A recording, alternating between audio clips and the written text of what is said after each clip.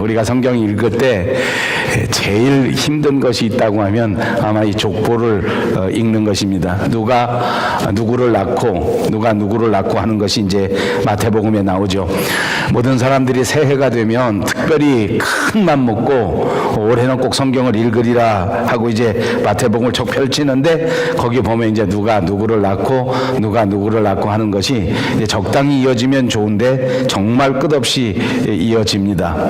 오늘 누가복음은 거꾸로 누가 누구를 낳은 것이 아니라 이제 이 족보를 거슬러서 올라가는데 이것도 끝없이 계속해서 우리가 읽은 것처럼 이렇게 올라갑니다. 아마 제가 눈이 잘 안 보이고 해서 중간에 한두 사람 이름은 틀리게 읽지 않았나 이렇게 생각합니다. 나름대로 제가 똑바로 읽으려고 어제도 노력하고 그제도 노력했습니다만 아마 틀렸을 것 같습니다. 여러분들 중에도 하나도 틀리지 않게 잘 읽을 수 있는 분이 몇 분 될까 그런 생각이 듭니다. 왜 이렇게 지루한 족보의 내용이 성경에 있을까? 이거 그냥 적당하게 싹 넘어가면 좋겠다 이런 생각도 듭니다. 그래서 저는 전에 강해 설교를 하다가 이렇게 족보가 나오면 슬그머니 뛰어넘어간 적도 많습니다. 올해도 그냥 뛰어넘어갈까 말까 이런 생각은 했었습니다. 그러나 하나님께서 우리 성경 말씀에 우리에게 주신 것은 1.1획도 허투루 주신 것은 없다. 우리에게 꼭 필요하기 때문에 이 말씀을 주신 것이다 라는 생각에서 이 강해를 이 마지막 주간에 하고 넘어갈 수 있도록 하게 된 것입니다. 누가는 족보를 기록하면서 특별히 마리아를 중심으로 한 예수님의 족보를 말씀하고 있습니다. 그래서 신학자들은 마태복음은 왕의 족보요 또 요셉의 족보라고 말하면서 누가복음은 마리아의 족보다. 이것이 우리가 흔히 생각하는 생각과는 전혀 다른 2000년 전에 예수님의 족보를 기록하면서 여자의 그 계보를 따라서 그 족보를 기록했다라고 하는 것은 가히 혁명적인 일이다라고 예측해 볼 수 있는 대목입니다. 아무튼 누가는 마리아를 중심으로 해서 예수님의 족보를 설명할 때 그 마지막을 하나님까지 올라가는 거슬러 올라가는 족보를 말씀하고 있습니다. 그러니까 우리가 익숙한 마태복음의 족보와는 조금 다른 점이 있다. 성경에 예수님의 족보를 기록한 것은 어떤 뜻이 있는가? 여러 가지 의미가 있지만 제가 한 가지만 이야기하고 넘어가겠습니다. 제가 어렸을 적에는 동네마다 집집마다 강아지들을 많이 길렀습니다. 요즘도 집집마다 다 개들을 기르기는 합니다만 옛날에는 주로 그 강아지가 애완용이라기보다는 식용으로 많이 길렀습니다. 그러니까 요즘처럼 좋은 종자의 개들이 많이 있는 것은 아니고 그냥 보통의 개들이 동네에서 막 자라나는 개들, 흔히 말하는 잡종, 또 좀 심하게 말하면 똥개 이런 것들이 많았습니다.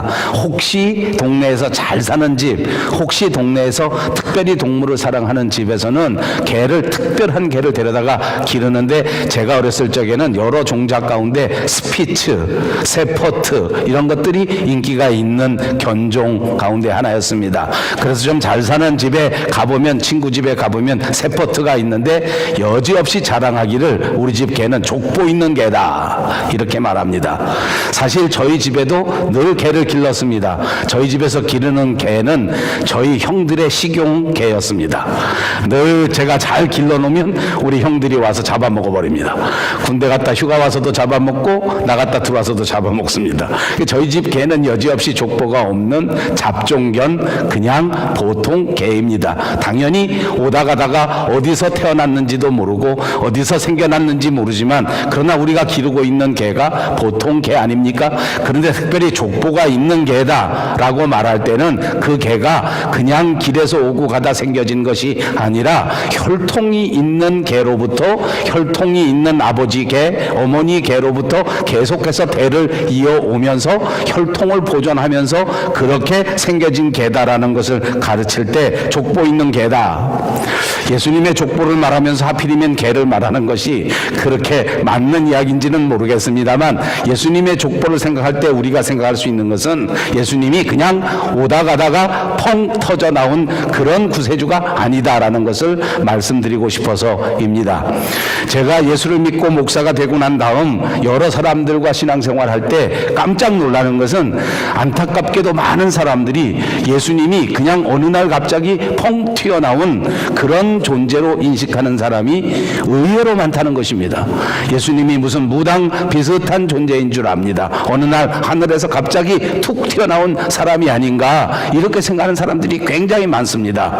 그래서 자기와 예수님과의 관계, 예수님이 우리에게 하신 말씀의 내용 이런 것들에는 전혀 관심이 없고 그냥 수리수리 마하수리 수수리 사바하 하다가 어느 날 갑자기 내 소원을 들어주는 존재가 예수님이 아닌가 생각하는데 그것은 전혀 다른 생각이고 그리고 예수님의 족보야말로 이미 창세전서부터 예수님께서는 하나님의 계획 아래서 하나님의 섭리 아래서 우리에게 다가오신 우리의 진정한 구세주다 하는 것을 가르쳐주기 위하여 예수님의 족보를 이렇게 성경에 기록하고 있는 것입니다.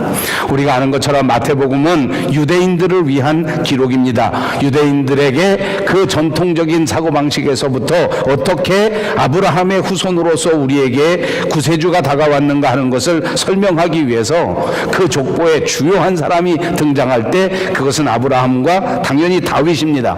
유대를 대표하는 왕 다윗의 후손으로 이 땅에 오신 분이 예수님이다 라는 걸 설명한 것입니다. 그런데 누가복음은 우리가 아는 것처럼 유대인을 대상으로 기록된 책이라기보다는 이방인들을 대상으로 기록한 책입니다. 이 책을 처음 기록할 때 데오빌로 각하에게 썼는데 데오빌로라고 하는 사람이 받아보는 책인데 데오빌로 자체가 유대인이 아닌 이방인이었습니다. 그러므로 이방인들이 가지고 있는 세계관, 이방인들이 가지고 있는 역사관을 통해서 예수님을 설명해야 하기 때문에 마태복음의 족보의 내용과는 조금 다른 그런 의미에서의 족보를 기록하고 있다라고 말씀드릴 수 있겠습니다.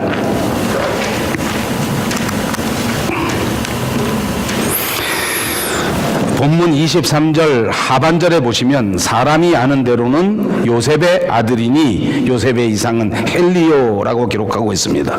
마태복음에서는 예수님을 요셉의 자손으로 기록하고 있는데 사실은 요셉의 자손이라고 알고 있지만 헬리의 자손이다라고 말하는 것입니다. 다시 말하면 예수님이 사람이 아는 바에 의하면 요셉에게서 난 요셉의 아들이라 요셉의 대를 이은 것이라고 생각하지만 그러나 정확하게 말하면 예수님은 헬리의 대를 이은 존재다라는 것을 가르쳐주는 것입니다. 헬리라는 사람은 누군가 하니 요셉의 장인이요 마리아의 아버지가 되는 사람입니다. 그래서 이것을 마리아의 족보라고 부르는 것입니다. 자, 어떻게 이 장인의 족보를 타고 이 예수님의 족보를 기록할 수 있을까? 우선 결론적으로 말씀드리면 성경의 기록처럼 우리의 구세주는 이미 족보에 나와 있을 때에 여자의 후손으로 와야 한다라는 예언이 있었습니다. 그래서 반드시 여자의 후손으로 우리 가운데 오시기 위하여 동정녀 탄생이라고 하는 역사상 한 번밖에 없었던 어떤 사람도 이해할 수 없었던 엄청난 역사를 통해서 우리 가운데 오신 분이 예수님입니다. 이것만으로도 부족하기 때문에 이 족보 자체도 예수님의 족보는 마리아를 따라서 족보를 이루게 되었는데 이것이 정말 엄청난 은혜 가운데 엄청난 배경 가운데 이루어진 것입니다. 다시 말하면 상향식으로 올라가서 요셉의 위는 엘리요, 그 위는 누구요, 그 위는 누구요 하는 것을 우리가 다 같이 읽었는데 마지막 38절에 가니까 아담과 그 위는 하나님이다 라고 이렇게 기록되어 있지 않습니까? 그러니까 이 헬리라고 하는 사람은 어떻게 해서 예수님의 족보에 등장하게 됐는가? 이것도 길게 설명할 수 없으니까 제가 짧게 말씀드립니다. 헬리에게는 아들이 없었습니다. 딸이 둘이 있었습니다. 그런데 이 근대 근동 지방의 법칙에 의하면 아들이 없었을 때 딸을 통해서 사위를 얻게 되면 그 사위를 통해서 대를 이을 수 있는 법도가 있었습니다. 헨리에게는 딸이 둘이 있었는데 그 중에 이 마리아가 딸이었고 그 남편을 자기의 아들로 삼아서 그리 대를 잇게 되었다라는 것이 학자들의 보고의 내용입니다. 자, 아무튼 다윗에서부터 솔로몬으로 계속해서 하향식으로 마태복음은 기록했는데, 그런데 이 누가복음에서는 거꾸로 상향식으로 올라가면서 그렇게 마리아의 족보를 기록하게 된 것입니다. 자, 사위가 아들이 될 수 있는 것도 그때 당시에 없는 법이 아니었습니다. 족보에 얼마든지 등장할 수 있는 법도를 통하여 이렇게 여성의 위로 한 것입니다. 근데 재미있는 것은 정작 유대 나라에서는 여자들을 인정하지 않았기 때문에 마태복음 족보에는 여성들이 나와서는 안 될 것인데, 그런데 정작 마태복음에는 다말이라든지 라합이라든지 룻이라든지 또는 마리아 같은 여성들이 포함되고 있고, 이 누가복음에서는 이방인을 상대로 하지만 역시 근동지방의 전통을 따라서 절대 여자의 이름이 하나도 등장하지 않는 것입니다. 그러니까 여자의 이름을 등장하지 않으면서 마리아의 족보를 따라 올라가야 하기 때문에 그 헨리의 족보를 여기에서 보여주고 있는 것입니다. 아까도 말씀드린 것처럼 이것은 동정녀 탄생을 통해서 이루어진 구세주의 탄생을 증거하기 위한 족보의 내용이요, 또한 이와 같이 여자의 몸에서 구주가 태어나야 한다고 하는 것을 흡족하게 만들어주는 족보의 내용을 우리에게 가르쳐주는 것입니다. 이 두 가지 족보는 왕으로 우리 가운데 오신 예수 그리스도, 또한 동정녀 탄생을 통해서 우리 가운데 오신 그 예언을 모두 성취하신 예수님에 대하여 절묘한 성취를 우리 가운데 보여주는 내용입니다. 자, 이 족보를 통한 교훈도 있습니다. 마태복음이나 누가복음의 공통된 교훈이 고통받는 인간을 구원하기 위해서 이 땅에 오신 그리스도, 다시 말하면 하나님께서 우리에게 하신 약속의 내용이 바로 이 족보의 내용입니다. 이것이 하나님의 언약입니다. 그리고 교회 역사, 성경의 역사를 통해서 보니까 하나님은 이 언약을 사람들과 세우시고 이 언약을 믿고 이 언약대로 살아가는 사람들과 함께 하시고 언제나 이 언약을 믿고 있는 사람들과 동행해 주셨다는 것이 역사의 교훈인 것입니다. 이 사실을 받아들이고 이 사실을 믿는 자에게 하나님이 함께 하시고 하나님이 축복하시고 하나님이 동행해 주셨습니다. 그렇습니다. 족보에 나오는 사람들을 보십시오. 여러분들이 아는 라합도, 여러분이 아는 다윗도 도대체 어떻게 하나님께서 함께 하셨는가를 생각해 보시기를 바랍니다. 이들은 인간적인 면에서 볼 때 그렇게 뛰어난 장점이 있는 사람들이 아니었습니다. 그들은 인간적으로 볼 때 그토록 다른 사람들에 비교해서 완전할 만큼 인격을 갖추거나 학식을 갖추거나 힘을 갖춘 사람들도 아니었습니다. 다만 하나님의 약속을 가슴속에 믿고 그 언약의 말씀을 따라 살기로 결심했던 사람들이었는데, 그 사람들과 하나님이 함께 하셨을 때에 그들을 통하여 하나님의 위대한 역사가 이루어졌다는 것을 교훈으로 받을 수 있는 줄로 믿습니다. 이 약속을 믿어야 합니다. 오늘 2018년 마지막 강해 시간을 통하여 우리는 다시 한번 생각합니다. 오늘 이 순간도 하나님은 하나님의 말씀을 믿는 자와 함께 하시고 하나님의 말씀을 믿는 자를 통하여 역사하신다는 사실을 기억하시기를 바랍니다. 이제부터 우리의 삶이 온전히 하나님의 약속을 믿고 하나님의 약속을 따라 사는 삶이 되어 언제나 하나님과 동행하시고 언제나 하나님이 함께 하시는 위대한 역사의 인물들이 다 되시기를 주님의 이름으로 축복합니다. 믿는 자와 함께 하신다. 옆에 있는 분들과 인사하겠습니다. 하나님은 믿는 자와 함께 하십니다. 그리고 보니 성경에 나오는 사람들도 그렇고 기독교 역사상 있었던 모든 사람들도 그랬습니다. 그들이 인간적으로 훌륭해서 그랬던 것이 아닙니다. 약속을 믿었기 때문입니다. 우리 한국의 장로교회의 효시라고 할 수 있는 존 칼빈이라는 사람도 그랬습니다. 그는 튼튼한 사람이 아니었습니다. 건강한 사람이 아니었습니다. 얼마나 많은 질병을 가지고 다녔던지 걸어다니는 종합병원이라는 별명을 가진 사람입니다. 여기가 아파서 저기가 아파서 나은가 싶으면 또 아프고 나았는가 싶으면 또 아프고 그렇게 질병 가운데 살았던 사람입니다. 그러나 그가 하나님의 약속의 말씀을 믿고 그 약속을 따라 살았기 때문에 하나님이 칼빈과 함께 하셨고 역사상 가장 위대한 신학자로, 역사상 가장 위대한 목회자로 이토록 높이 들어 사용하셨습니다. 바울도 그랬습니다.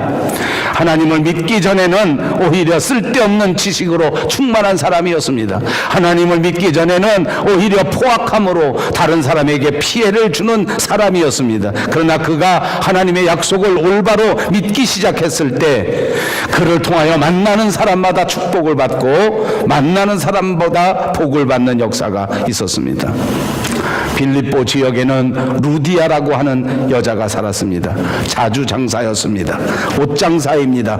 그냥 보통 별 볼 일 없는 사람이었습니다. 그런데 그가 바울을 만났습니다. 바울을 통하여 예수 그리스도의 말씀을 받아들이고 바울을 통하여 그리스도의 말씀을 그대로 따르고 믿었더니 이 루디아라고 하는 여자를 통해서 온 유럽에 복음이 증거되는 역사가 이루어지게 되었다는 것입니다. 브리스길라, 아굴라 부부도 마찬가지였습니다. 그냥 천막을 만드는 사람이었습니다. 아마 이 사람들은 예수 믿지 않았으면 그냥 좀 넉넉하게 사는 부자로 살다가 그냥 죽어 버렸을 것입니다. 그러면 아무도 기억할 수 없습니다. 아무런 역사의 공헌이 없었을 사람들입니다. 그런데 이 브리스길라와 아굴라 부부는 바울을 만나게 되고 예수님의 복음을 알게 되고 그 복음을 믿게 되고 그가 나아가 예수님의 복음을 전파하게 되니까 이 사람을 통해서 사람들이 구원을 받게 되고 이 부부를 통하여 위대한 하나님 나라 확장의 역사가 이루어지고 이 부부의 이름이 성경에 기록되는 위대한 역사가 이루어지게 된 것입니다. 여러분, 우리가 살아가는 이 세상에 이루어지는 일들을 다시 한번 살펴보십시오. 2018년을 보내는 이 연말 이 시점에서 보니 세상의 모든 일들이 다 지나갑니다. 세상의 명예도, 세상의 권세도, 세상의 모든 것들이 전부 다 없어질 것들입니다. 무엇이 영원한 것일까? 무엇이 내 인생에서 영원히 남을 수 있는 것인가? 예수 믿고 구원받는 것만이 내 인생에서 영원히 남는다는 사실을 믿으시기를 바랍니다. 그렇습니다. 하나님의 나라를 건설하고 하나님의 나라를 확장하는 것이야말로 역사 속에 가장 오래도록 남을 수 있는 위대한 역사의 사역이라고 하는 사실을 우리는 꼭 믿어야겠습니다. 저는 여러분들을 축복합니다. 여러분 한 사람 한 사람이 반드시 복음 전하고 하나님의 나라를 확장하는 데 사용받는 사람들이 되시기를 주님의 이름으로 축복합니다. 만나는 사람마다 전도하십시오. 만나는 사람에게마다 하나님의 말씀을 전하십시오. 만나는 모든 이웃들을 사랑하십시오. 그들을 통하여 하나님의 사랑을 전하고 그들을 통하여 하나님의 나라를 확장하는 이 역사에 동참하셔서 여러분 모두가 하나님 앞에 칭찬받는 영원한 그런 인생들이 꼭 되시기를 주님의 이름으로 축복합니다.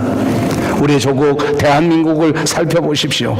언더우드라는 사람, 아펜젤러라고 하는 사람이 우리나라 어디에 있는지도 모르는 나라를 향하여 그리스도의 사랑 한 가지를 가지고 주님을 향한 뜨거운 사랑 그 하나 때문에 복음을 확장해야 되겠다고 하는 그 한 마음 때문에 우리나라에 선교하러 들어온 것입니다. 저는 그분들이 누군지 다 잘 알지 못합니다. 그분들의 마음속에 어떤 마음을 가지고 우리나라에 들어왔는지 완벽하게 알아낼 수는 없습니다. 물론 학자들을 통해서, 물론 공부를 통해서 그들의 인생을 보기는 하였습니다. 그러나 제가 보고 제가 듣고 제가 배운 바로는 그 사람들도 우리와 똑같은 사람들이었습니다. 그들이 처음 대한민국에 복음을 들고 가야 하겠다 할 때에 그들의 마음속에 과연 이 나라 대한민국이라고 하는 저 극동 지역의 조그만한 나라에, 이 나라에 내가 복음을 전하면 100년 지난 다음, 110년 지난 다음, 120년 지난 다음 이렇게 이 나라가 발전하고 성장하고 부흥하고 온 세계를 이끌어가는 선진국이 될 것이다 라고 예측하지는 못했을 것입니다. 그 마음속에 내가 반드시 대한민국이라는 나라에 가서 선교하고 복음을 전하고 교회를 세우면 이건 정말 일생일대 큰 투자가 돼서 100년만 지나면 엄청난 부흥의 역사가 일어날 것이다, 이렇게 상상도 못했을 것입니다. 생각도 못했을 것입니다.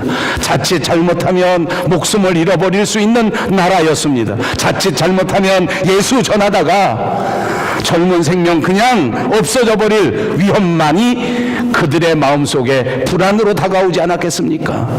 내가 가서 복음을 전한들 과연 어떤 결과가 있을 것인가? 나 한 사람이 가서 교회를 세운들 과연 이 백성들이 깨우치기나 할 것인가? 라는 염려가 있었지 않았겠습니까? 그러나 여러분 어떻게 되었습니까? 이 젊은이들의 복음을 향한 뜨거운 열정이 100년이 지난 오늘날 우리 한국교회에 이토록 엄청난 부흥의 역사를 이루는 씨앗이 되었단 말입니다.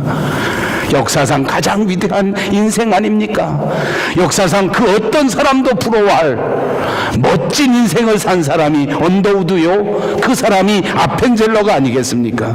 성경에 나오는 사람들 모두가 그렇습니다.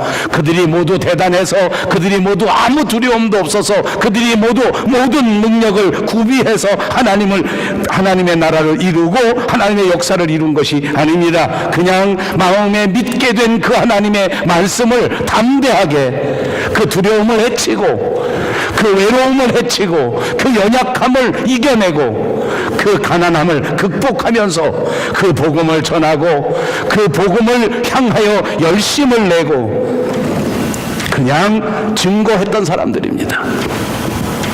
그들의 증거를 통해서 하나님은 오늘날 이토록 위대한 하나님의 역사를 이루어 내신 것입니다. 이것이 족보가 우리에게 주는 교훈입니다. 이것이 역사가 우리에게 주는 교훈입니다. 그러므로 지금부터 앞으로도 똑같습니다. 지금부터도 똑같습니다. 누구든지 주의 복음에 붙들려서, 주의 말씀에 붙들려서, 주의 뜨거운 사랑에 붙들려서 나머지 인생 전체를 하나님 앞에 드린다면 하나님은 지금도 믿는 자를 통하여 역사하시고, 하나님은 지금도 말씀의 역사를 확장하는 자들과 함께 하셔서 과거에 있었던 그 엄청난 역사를 오늘도 똑같이 이루어 주실 줄로 믿습니다. 믿음으로 전파하십시오. 믿음으로 역사하십시오. 믿음으로 사십시오. 한 가지도 땅에 떨어지지 아니하고 위대한 열매를 맺고 영원히 남아서 하나님 앞에 전달되고 상달될 뿐만 아니라 하나님 만났을 그때에 잘했다고 칭찬받는 역사가 있을 줄로 믿습니다. 이 족보를 보십시오. 족보를 통하여 우리는 예수가 그리스도라고 하는 사실을 다시 한번 분명하게 알게 됩니다. 그렇습니다. 바로 이 나사렛 예수야말로, 바로 이 마리아의 후손 이 예수야말로 이 땅을 구원할 바로 구세주 예수 그리스도입니다. 여러분, 오늘 현대인을 살아가는 저와 여러분은 결코 간단치 않은 인생을 삽니다. 우리 모든 사람의 인생이 어느 누구도 그리 쉽지 않다는 겁니다. 국민학교 4학년이 복잡한데 고등학교 2학년은 얼마나 복잡하겠습니까? 고등학교 2학년이 복잡한데 대학교 3학년은 얼마나 복잡하겠습니까? 대학교를 졸업하고 취직을 앞둔 젊은이들은 정말 힘든 세상을 삽니다. 복잡합니다. 힘듭니다. 어떻게 살아야 할까? 어디 가야 내 인생에 행복이 있을까? 무엇을 해야 보람이 있을까? 여러분, 오늘 우리가 같이 읽은 누가복음의 예수님의 족보는 우리에게 너무나 명확한 답변을 가르쳐 줍니다. 진짜 인간다운 인생은 예수가 그리스도인 것을 믿고 사는 것입니다. 예수님이 내 인생의 주인인 것을 믿고 사는 것입니다. 성경은 우리에게 가르쳐 줍니다. 예수님을 믿는 사람에게는 생명이 있나니 그 마음속에 생명을 준다고 말씀한 것입니다. 그렇습니다. 내 마음속에 그리스도를 향한 믿음이 있으면 하나님이 내 마음속에 주시는 선물 생명을 얻게 되고, 내 마음속에 아들이 없는 자는 아무리 껍데기는 번드러하게 세상을 살고 있다고 할지라도 그에게 생명이 없다는 것입니다.